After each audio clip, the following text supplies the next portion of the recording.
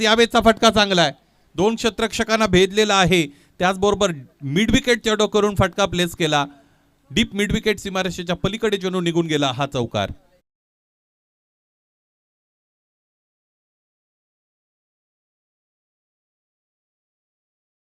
तुषारच्या बॅटमधून आलेला हा फटका आपण सगळेजण अनुभवत आहात। या पद्धतीच्या फटक्यांची वारंवार गरज असेल या सामन्यामध्ये नढई या संघाला।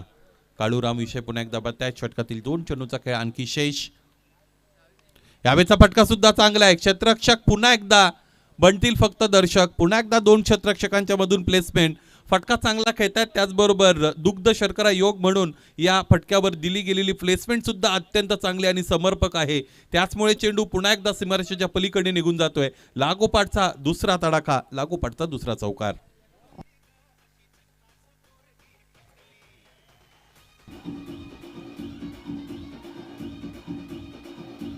थँक्यू।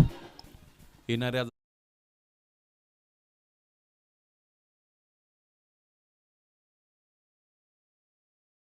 बाजूने असणाऱ्या हायवेवरून त्या जातात, त्यामुळे अनेक प्रवासी इथे थांबतात आणि क्रिकेटचा मनमुराद आनंद घेतात, त्यानंतर पुढच्या प्रवासासाठी निघतात। इथे मात्र पुन्हा एकदा चेंडूला सीमारेषेचा प्रवास घडून आणलेला आहे। फलंदाज तुषारचा हा लागोपाठचा तिसरा मोठा प्रहार आणि या स्पर्धेतील आणखी एक फलंदाज असा आपल्याला मिळाला